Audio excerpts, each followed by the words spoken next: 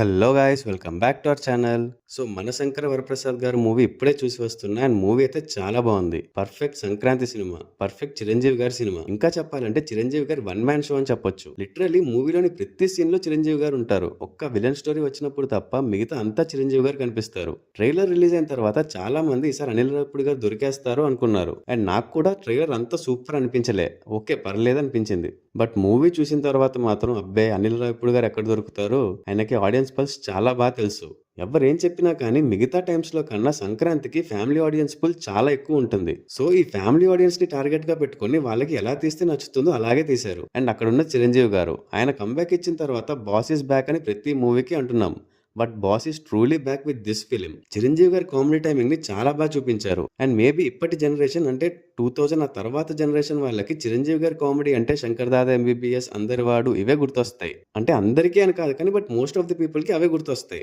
But అసలైన చిరంజీవి గారి comedy అంటే ఒక రౌడీ అల్లుడు, ఒక ఘరానా మొగుడు, ఒక గ్యాంగ్ లీడర్, యముడికి మొగుడు. ఈ మూవీస్ లో బాస్ పర్ఫార్మెన్స్ పీక్స్. అండ్ మళ్ళీ ఈ మూవీలో కంప్లీట్ గా పర్ఫార్మెన్స్ ఇచ్చారని చెప్పను కానీ ఆ ఫీల్ అయితే ఖచ్చితంగా వస్తుంది. ఆ వింటేజ్ వైబ్స్ ని మళ్ళీ గుర్తుకు తెచ్చారు. నా వరకు నా మైండ్ సెట్ ఏంటంటే మనం మూవీ చూస్తున్నంతసేపు ఎంజాయ్ చేసామా, ఎంటర్టైన్ అయ్యామా, మూవీ నుంచి బయటకు వచ్చాక ఒక పాజిటివ్ వైబ్ తో బయటకు వస్తే చాలు. I'm happy, I'm satisfied with that. నేను పెట్టిన డబ్బులకి నాకు కావాల్సిన ఎంటర్టైన్మెంట్ నాకు దొరికింది. ఇంకా ఆ తర్వాత ఇంటికి వచ్చి అసలు మూవీ ఏంటి అని రివైండ్ చేసుకుంటే ఖచ్చితంగా బొక్కలు కనిపిస్తాయి.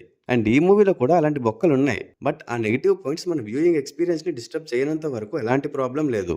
అలా కాకుండా ఆ బొక్కలే ఎక్కువ కనిపిస్తూ ఉంటే మనం ఇంకా డిస్కనెక్ట్ అయిపోతాం. మధ్యలో అక్కడక్కడ ఇంట్రెస్టింగ్ ఎలిమెంట్స్ పెట్టినా కూడా ఆ నెగిటివ్ పాయింట్స్ ఏవైతే ఉన్నాయో అవి దీన్ని డామినేట్ చేసేస్తాయి. సో మొన్న రిలీజ్ అయిన రాజాసాబ్ కి మన శంకర వరప్రసాద్ కి అదే డిఫరెన్స్. అలా కాదు మాకు కొత్త స్టోరీలే కావాలి, ఇందులో మాత్రం కొత్తగా ఏముంది, అదే పాత స్టోరీ కదా అంటే ఇంకెవ్వరేం చేయలేరు. ప్రతిసారి ఒక బాహుబలి, ఒక ట్రిపుల్ ఆర్, ఒక కల్కి లాంటి మూవీసే కావాలంటే కష్టం. అలాంటి మూవీస్ వచ్చినప్పుడు ఎంజాయ్ చేద్దాం, బట్ మిగతా మూవీస్ ని కూడా ఎంకరేజ్ చేద్దాం. మరీ దరిద్రంగా ఉందంటే ఎవ్వరేం చేయలేరు. కానీ ఇలాంటి మూవీస్ వచ్చినప్పుడు మనం థియేటర్లో ఎంజాయ్ చేస్తున్నాం అంటే అది చాలు మనకి. లేదు మాకు ఎంటర్టైన్మెంట్ వద్దు, ఒక వన్ ఆఫ్ ది ఏజెస్ లాంటి మూవీసే కావాలి అంటే మీ ఇష్టం. ఇంకా ఓకే, ఇంకా స్టోరీలోకి వస్తే మన శంకర వరప్రసాద్ ఒక national security officer and Shashirekha ఒక మల్టీ బిలియనియర్ కూతురు. సో వీళ్ళిద్దరూ పెళ్లి చేసుకుంటారు. కానీ నయనతార వాళ్ళ ఫాదర్ వీళ్ళిద్దరి మధ్య గొడవలు పెట్టి డైవర్స్ ఇచ్చేలా చేస్తాడు. బట్ అప్పటికే వీళ్ళకి ఇద్దరు పిల్లలు కూడా ఉంటారు.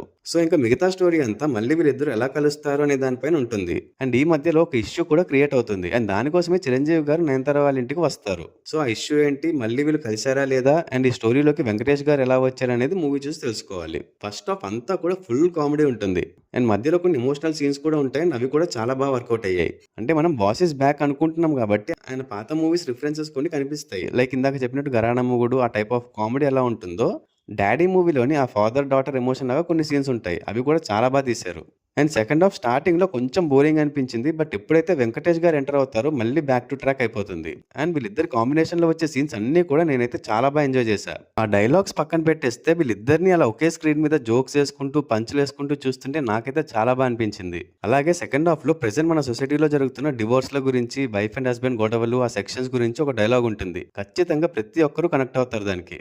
ఎందుకంటే నాకు తెలిసినంత వరకు ప్రతి ఒక్కరికి వాళ్ళకి తెలిసిన వాళ్ళు లేదా ఫ్రెండ్స్ వాళ్ళలో ఎవరో ఒకరు ఇష్యూని ఫేస్ చేసే ఉంటారు. అందరూ కాకపోయినా 90% అలా ఉంటారు. సో అది కూడా బాగా అనిపించింది. ఇంకా క్లైమాక్స్ మాత్రం కొట్టేసింది. అంటే అది కూడా బాగానే ఉంటుంది కానీ సడన్ గా అందరూ కూడా ఒక కామెడీ యాంగిల్ ని పెట్టేశారు. అదే కొంచెం నచ్చలే. జస్ట్ లైక్ సంక్రాంతికి వస్తున్నాం, అది కూడా మూవీ అంతా బాగుంటుంది కానీ క్లైమాక్స్ తేడా కొట్టేస్తుంది. బట్ మనం మూవీ మొత్తం ఎంజాయ్ చేస్తాం కాబట్టి అది అంతగా పట్టించుకోం, ఫ్లోలో అలా వెళ్ళిపోతుంది. ఇంకా పర్ఫార్మెన్సెస్ విషయానికి వస్తే మన మెగాస్టార్ చిరంజీవి గారి గురించి చెప్పాల్సిన అవసరం లేదు. కంప్లీట్ గా స్టోరీలో ఇన్వాల్వ్ అయిపోయారు. ఫుల్ ఎంజాయ్ చేస్తూ చేశారు ఈ క్యారెక్టర్ని.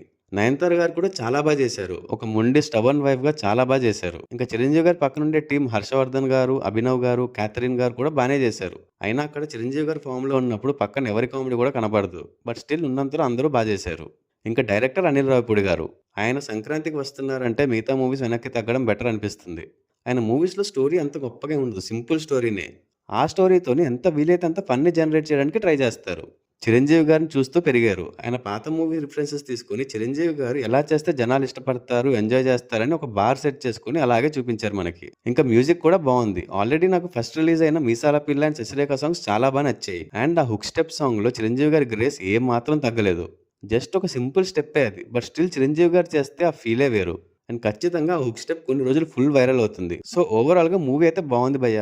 ఈ సంక్రాంతికి కూడా అనిల్ రావిపూడి గారు హిట్ కొట్టేశారు. ఆల్రెడీ రాజాసాబ్ మిక్స్డ్ టాక్ తో ఉంది. రేపు రిలీజ్ అవబోయే మిగతా మూవీస్ కి పాజిటివ్ టాక్ రాలేదంటే మాత్రం సర్వే అవ్వడం చాలా కష్టం. అండ్ మనశంకర వరప్రసాద్ గారి యునానిమస్ విన్నర్ అయిపోతుంది. సో అది గైస్, మళ్ళీ పాత చిరంజీవి గారిని చూడాలి, ఆ కామెడీ టైమింగ్ని చూడాలి అనుకుంటే you can definitely give it a try. లేదు మాకు కొత్త స్టోరీసే కావాలి అనుకుంటే మాత్రం ఆలోచించుకోండి.